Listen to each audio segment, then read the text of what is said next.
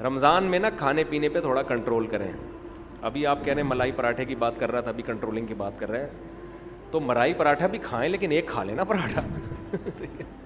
بہت زیادہ دو کھا لیں. اور پھر دیکھو پیٹ جو خراب ہوتا ہے نا, یہ گڑبڑ ہوتی ہے زیادہ کھانے سے نہیں ہوتی, بار بار کھانے سے ہوتا ہے. یہ خوب سمجھ لو, زیادہ کھانا بھی نقصان دہ ہے, اتنا نہیں ہوتا. ہمارے ہاں یہ ہے کہ لوگ ایک دفعہ کھا کے جب تک دوبارہ صحیح طرح سے بھوک نہیں لگتی دوبارہ کھا لیتے ہیں. یہ بہت خطرناک چیز ہے. اس کی مثال, آپ کو افطاری میں طبیعت سے بھوک لگ رہی ہے, آپ نے پھوڑ دیا, پکوڑے بھی پھوڑ دیے اور سموسے بھی پھوڑ دیے, کھجوروں کا ڈبہ پھوڑ دیا. آپ تجربہ کر کے دیکھو پیٹ خراب نہیں ہوگا آپ کا. لوگ کھا رہے ہوتے ہیں, ادھر سے لیمن کا شربت, ادھر سے یہ, ادھر سے کھا لیا, کنٹینیو جتنا کھانا تھا کھا لیا. اب آپ نماز پڑھنے کے لیے آئے, اب 10-15 منٹ کا درمیان میں آ گیا وقفہ. اب اگر ایک کھجور بھی کھاؤ گے نا وہ پیٹ خراب کر سکتی ہے. اب نہیں کھانا آپ نے جب تک دوبارہ شدید بھوک نہیں لگ جاتی. یہ اتنا بہترین نسخہ ہے نا صحت کا, اس کو زندگی کا. میں یہ نہیں کہہ رہا کہ افطاری میں پھوڑ دو, آپ تباہ و برباد کر دو. میں بتا رہا ہوں کہ پھر بھی نسبتاً بہتر ہے. اس سے اتنا نقصان, زیادہ کھانے سے بہت زیادہ نقصان نہیں ہوتا, بے وقت کھانے سے, بغیر بھوک کے کھانے سے زیادہ نقصان ہوتا ہے. سمجھ رہے ہیں؟ ہمارے ہاں لوگ رمضان میں ان کا وزن بھی بڑھ رہا ہے, کم ہونے کے بجائے بیمار بھی ہو رہے ہیں. وجہ کیا ہے؟ افطاری میں کھانے پینے کے بعد نماز پڑھ کے آئیں گے, اب بھوک کم ہو چکی ہوتی ہے, معدے نے اپنے ورک شروع کر دیے, اب آ کے دوبارہ کھا رہے ہیں. پھر وہ دیکھ رہے ہیں وہ میز کے نیچے سے پلیٹ کھینچی, 2 پکوڑے رہ گئے تھے, چلو یار. فریج میں جا کے دیکھا, یار وہ دہی بڑے تو رہ ہی گئے تھے, چارنے والے وہاں سے لے لیے, اور پھر وہاں سے کھجور کے ڈبے میں ہاتھ مارا. اب یہ جو جگالی کر رہے ہو نا آپ بکریوں کی طرح, بکری کا کام ہے سارا دن کھاتی رہے گی, مینگنیاں بنا کے نکالتی رہے گی. انسان میں مینگنیاں نہیں ہوتی بھائی. ٹھیک ہے نا, انسان کا ایک پراپر ٹائم ہوتا ہے, اسی حساب سے چلتا ہے انسان. تو اب آپ سارا دن جگالی, اب کیا کرنا ہے آپ نے؟ افطاری میں پھوڑ پھاڑ دیا تو اس کے بعد اب نہیں کھاؤ. اب اگر شدید بھوک لگتی ہے تراویح کے بعد, تراویح کے بعد آپ کھا لیں. لیکن میں نے تجربہ یہ کیا کہ تراویح کے بعد بھی اگر صحیح طرح پیٹ بھر کے کھا لو تو پھر سحری میں نہیں کھایا جاتا. تو بہتر یہ ہے کہ تراویح کے بعد بھی نہ کھائیں. اب سخت بھوک لگ رہی ہے تو تھوڑا سا کھا لیں. سمجھ رہے ہیں؟ کتنا کھا لیں؟ تھوڑا سا, تاکہ سحری میں پھر تمیز سے کھائیں آپ. تو تھوڑا سا کھا لیں آپ, اور اس وقت بڑا مزہ بھی آ رہا ہوتا ہے. تراویح کے بعد چند کھجوریں کھا لیں, کچھ شہد کھا لیا, مدت ذلہ لا لیا, دامت برکاتہ لا لیا, جو فریج میں تھا کھا لیا. صحیح ہے نا. پھر جب آپ نے تھوڑا 2-4 نوالے لے لیے, جن کو چائے کی عادت ہے انہوں نے چائے پی لی, پھر آپ کو سحری میں ملائی پراٹھے کھاتے ہوئے مزہ آئے گا, اور وہ ہضم بھی ہوگا, وہ نقصان بھی نہیں دے گا. تو لوگ میرا پراٹھے اور ملائی والا بیان سن رہے ہوتے ہیں, یہ پوری ترتیب نہیں سن رہے ہوتے. یہ ایسے ہی ہے جیسے 4 شادیوں کا بیان تو سن لیا, حقوق اور عدل کا بیان آپ نے نہیں سنا. تو کھائیں, پراٹھے بھی پھوڑیں, ملائی بھی پھوڑیں آپ, لیکن شدید بھوک کے وقت پھوڑیں آپ. اچھا, سحری میں ایک چھوٹا سا کام اور کر لیں, بالکل اینڈ پہ سحری نہ کریں, کیونکہ پانی کے لیے پھر پیٹ میں جگہ بچتی نہیں ہے, اور پانی نہیں پیو تو سارا دن گزارنا مشکل ہو جاتا ہے. تو آپ 1 گھنٹہ پہلے سحری کر لیں, تاکہ 1 گھنٹے بعد پھر طبیعت سے پانی پی لیں. تو یہ بھی نہیں ہوتا تو جیسے چل رہا ہے ویسے چل رہے, زیادہ ٹینشن لینے کی ضرورت نہیں ہے. روزے میں خود ہی ایڈجسٹ ہو جاتا ہے. کچھ عبادت بھی تو ہے نا, اللہ بھی کچھ مدد کرتا ہے کہ اے اللہ میرے جیسے نالائق کو تو نے یہ توفیق دے دی کہ میں رمضان کے روزے رکھ رہا ہوں, یہ تیرا مجھ پہ بہت بڑا احسان ہے. انسان یہ سمجھے اپنے بارے میں کہ صرف میں ہی گویا رکھ رہا ہوں, مجھے باقیوں سے غرض نہیں ہے وہ کیا کر رہے ہیں, میرے اوپر تو بڑا احسان ہے اللہ کا. ہم تو نالائق ہیں بھائی. عام دنوں میں ایک روزہ رکھنے سے پہلے 10 دفعہ سوچتا ہے انسان, کل رکھوں کہ نہیں رکھوں. رکھتا ہے تو ایسا سمجھتا ہے جیسے آج ہم نے بہت بڑا تیر مار لیا کوئی. اور رمضان آتا ہے, ہم جیسے مجھ جیسے نالائق کو اللہ توفیق دے دیتا ہے 29 یا 30 روزے رکھنے کی. 30 کی تو 15 سال ہو گئے, کوئی رپورٹ ہے ہی نہیں. 29 ہی ہوتے ہیں پاکستان میں. 29 روزے رکھنے کی اللہ ہم جیسے نالائقوں کو توفیق دے دے. تو بھائی میں تو اپنا معاملہ اللہ سے دیکھتا ہوں کہ مجھ سے تو نے اتنی بڑی نیکی کروا لی, مجھے کیا پتا بھائی قدیر بھائی کیا کر رہے ہیں, شاکر بھائی کیا کر رہے ہیں, رفیع بھائی ہیں, یہ تو روزہ رکھ کے پتہ ہی فرق ہی نہیں پڑتا ماشاءاللہ. روزے میں بھی ایسے ایسے گھوم رہے ہوں گے یوں یوں کر کے, آپ دیکھ لیں کبھی ان کو آ کے. روزہ رکھ کے نا عصر کے وقت سب مرجھائے ہوئے ہوتے ہیں. کراچی میں جیسی گرمی ابھی شروع ہو گئی ہے تو رفیع بھائی نہیں ماشاءاللہ مرجھائے ہوئے ہوتے ہیں. ان کو پتہ نہیں کچھ اللہ نے الگ سے کوئی انرجی دی ہے. رکھتے ہیں, آپ بدگمان نہ ہو. بعض دفعہ انسان اتنا فریش ہوتا ہے کہ لوگ سمجھتے ہیں کہ اس کا ہے ہی نہیں. یہ ہمیں یقین ہے کہ رکھتے ہیں. اکثر لوگ مجھ سے رمضان میں یہ پوچھ رہے تھے کھٹی ڈکاریں نگلنے سے روزہ تو نہیں ٹوٹتا؟ ایسا لگتا ہے ہر آدمی کھٹی ڈگاریں ہی نگل رہا ہے سارا دن بیٹھ کے, کیونکہ ہر آدمی یہ مسئلہ پوچھ رہا ہوتا ہے کھٹی ڈکاریں نگلنے سے روزہ تو نہیں ٹوٹتا. ابے بھائی تو کیا ڈکاروں کے علاوہ اور کوئی کام نہیں ہے کیا؟ بہرحال یہ تو میں ایسے ہی کہہ رہا ہوں, لیکن جتنا مرضی 3 کیا 4 بھی کھا لو تو بھی بہرحال انسان ایک مجاہدہ کرتا ہے. تبھی تو دنیا پرست آدمی ایک روزہ بھی نہیں رکھتا. ہٹے کٹے لوگ دیکھے ہم نے, ڈاکٹروں نے ان کو کہا ہوا بھی ہے کہ تم نہیں کھاؤ, تمہارے لیے کھانے کے علاوہ دنیا کا ہر کام تم پہ سوٹ کرتا ہے, پھر بھی روزہ نہیں رکھتے. ان سے نہیں رہا جاتا 2-4 گھنٹے بھی کچھ کھائے پیے بغیر. ان کو چائے چاہیے, ان کو گٹکا چاہیے, ان کو پان چاہیے, ان کو نسوار چاہیے, ان کو روٹی چاہیے, ان کو کچھ نہ کچھ جانوروں کی طرح جگالی کرنے کے لیے چاہیے کہ منہ گھومتا رہے ان کا. ہے روزہ خور, آپ دیکھ لو, کھا رہے ہیں, ان سے نہیں برداشت ہوتا. گھر میں سب کا روزہ ہوتا ہے, بوڑھوں نے رکھا ہوا ہوتا ہے. لوگ ہمیں آ کے بتاتے ہیں سب کا روزہ ہے, ایک نالائق بیٹا ہے ہٹا کٹا جوان, اس سے نہیں رکھا جاتا, گھر میں نحوست کا ذریعہ بنا ہوا ہے.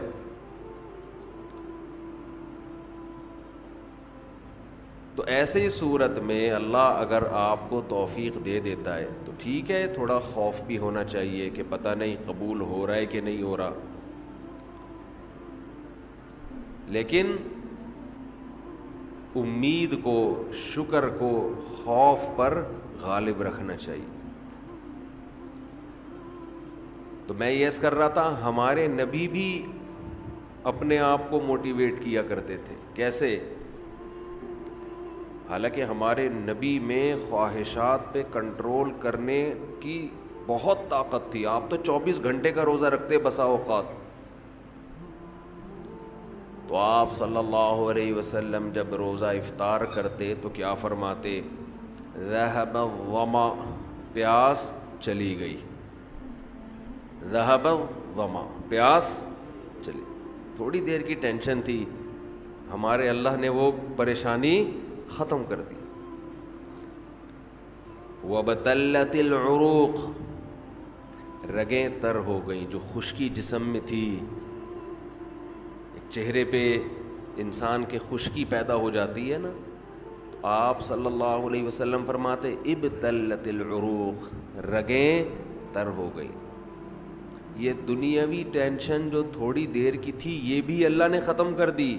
وَثَبَتَ الْأَجْرُ إِن شَاءَ اللَّهُ, اور اللہ نے چاہا تو اجر ہمارے نامہ اعمال میں لکھ دیا گیا. یعنی یہ ہمارے لیے کتنی خوشی کی بات ہے کہ ہمارے رب نے ایک نیکی ہم سے کروا کے جو پریشانی تھی وہ بھی ختم کر دی, اور نیکی کا ثواب ہمیشہ کے لیے ہمارے اعمال میں درج کر دیا. کپڑا فولڈ کرنا نماز میں, یہ آستینیں اوپر کر کے فولڈ کرنا کونیوں سے اوپر, یہ جائز نہیں ہے. اگر پہلے سے ہی آستینیں ہی اوپر تک ہیں تو پھر ٹھیک ہے, تھوڑی بہت فولڈ نہیں, یہ بھی فولڈ کرنا لازمی ہے نماز میں. کلی والا سوٹ پہنے, بغیر کلی والا پہنے, مرضی آپ کی. جماعت کھڑی ہوئی ہے اسی جگہ پہ کھڑے ہو کر سنتیں پڑھنا جائز نہیں ہے.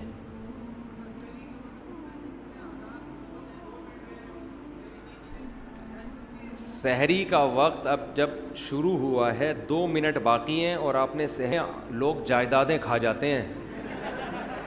حقیقت ہے, ہمارے ساتھ تو بہت دفعہ ایسا ہوا ہے, 2 منٹ باقی ہم نے طبیعت سے پھوڑ پھاڑ دیا تو کھا لو. تو پانی پی لو یار, روزہ نہیں چھوڑ سکتے, یہ ذہن میں رکھنا. ہاں اگر سحری میں آنکھ نہیں کھلی, رمضان کا روزہ چھوڑنے کی اجازت نہیں ہے, وہ پھر بھی رکھنا پڑے گا. جی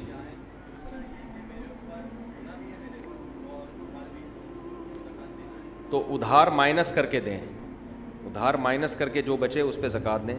انہوں نے کہا سلام کے آداب, سلام کے تو کیا آداب بتاؤں, وہ آداب والا لطیفہ یاد آ رہا ہے مجھے, سنا ہے؟ چلیں آپ لوگ تھوڑا فریش ہو جائیں گے. ایک سائنسدانوں نے نا کسی کو, خاتون کو ایک ٹیبلٹ کھلائی بچے کو باادب پیدا کرنے کے لیے, پریگننٹ خاتون تھی, ایک گولی کھلائی کہ اس سے بچہ باادب پیدا ہوگا. تو وہ ایک کیپسول کھلایا. آپ نے سنا ہے حضرت یہ لطیفہ؟ ارے پھر آپ نے کچھ سنا ہی, آپ لندن سے آئے ہیں, اب انگریزی میں یہ لطیفہ ہو ہی نہیں سکتا. تو گولی کھلا دی ایک کیپسول, بچہ پیدا ہوتے ہی آداب, آپ پوچھ رہے ہیں سلام کے آداب بتائیں, یہ آداب بتا رہا ہوں. سلام, بچہ پیدا ہوتے ہی آداب. سائنسدان بڑے خوش ہوئے کہ یار یہ تو بڑا کوئی خاندانی کیپسول ہو گیا ہے. ایک خاتون کو اکٹھے 6 کیپسول کھلا دیے کہ یار جب ایک کیپسول سے بچہ اتنا با ادب تو 6 سے کیا ہوگا. تو اب پریشان یہ ہوئے, ولادت کا ٹائم آ گیا, بچہ پیدا ہو ہی نہیں. بڑے پریشان ہو گئے یار. الٹرا ساؤنڈ کیا, پتہ چلا 2 بچے ہیں, ہر ایک دوسرے کو کہہ رہے پہلے آپ, وہ کہہ رہے نہیں پہلے آپ. اسی میں 1 مہینہ اوپر ہو, سمجھ رہے جی. آپ کچھ پوچھ رہے ہیں جی؟ نہیں, ادھار دیا ہوا ہے تو اس پہ زکوٰۃ ہے, لیا ہوا ہے تو اس کو مائنس کیا جائے گا. کیا؟ ہاں فون کال پہ وکالت کے ذریعے نکاح ہو جاتا ہے. دولہا وہاں بیٹھا ہوا ہے, وہ قاضی کو اپنا وکیل بنا دے کہ میری طرف سے آپ قبول کر لیں گواہوں کی موجودگی میں. تو دلہن بھی اس کو وکیل بنا دے کہ میری طرف سے آپ قبول کر لیں. تو نکاح تو فون پہ نہیں ہوگا, نکاح تو مجلس میں ہی ہوگا, فون پہ وکیل بنا دیں گے یہ اس طرح سے. لڑکے کے ماں باپ راضی نہ ہو تو نکاح ہو جاتا ہے, لڑکی کے ماں باپ راضی نہ ہو تو پھر اختلافی مسئلہ ہے. فقہ حنفی میں ہو جاتا ہے, دوسرے فقہا کے یہاں نہیں ہوتا. احتیاط یہی ہے کہ نہ کیا جائے ایسا نکاح. صلاۃ و تسبیح پڑھنا جمہور کے نزدیک بہتر ہے, سنت ہے, افضل ہے. بعض فقہا اس کے قائل ہیں کہ ثابت نہیں ہے, اختلافی مسئلہ ہے. پہلے کم پھٹے ہیں یار دنیا میں, نئے پھٹے شروع کریں. مسجد کے متولی یا خادم کی مدد زکوٰۃ سے کرنا. دیکھو زکوٰۃ کا تعلق مسجد کا متولی یا خادم سے نہیں ہے, غریب سے ہے. غریب ہے تو دے سکتے ہو, چاہے متولی نہیں بھی ہو. غریب نہیں ہے تو نہیں دے سکتے. تو غریب آدمی کو دیں گے زکوٰۃ. جی ہاں, نہیں, خواتین کے ناک کان چھیدنا مرد کے لیے بالکل جائز نہیں ہے. آپ یہ کام چھوڑ دیں. جوان عورت ہے, اس کے ناک پکڑ کے مرد جو ہے نا وہ ناک چھید رہے, تو بالکل اللہ کی حدود کی خلاف ورزی ہے. آپ ایک ڈرل مشین رکھیں, ہاں, ہاتھ لگائے بغیر ان سے بولیں اس طرح سے کرو, ہاتھ نہ لگائیں عورت کو. ہاں جی, آپ 15-20 دن کے لیے وہاں جاتے ہیں. نہیں, 15 دن کے لیے جب کسی شہر میں جائیں گے تو پھر پوری نماز پڑھنی پڑے گی. آپ 15 دن کے بعد نہیں, پہلے دن سے ہی پوری پڑھیں گے. اگر 15 دن کے لیے گئے ہیں, نیت پہلے سے.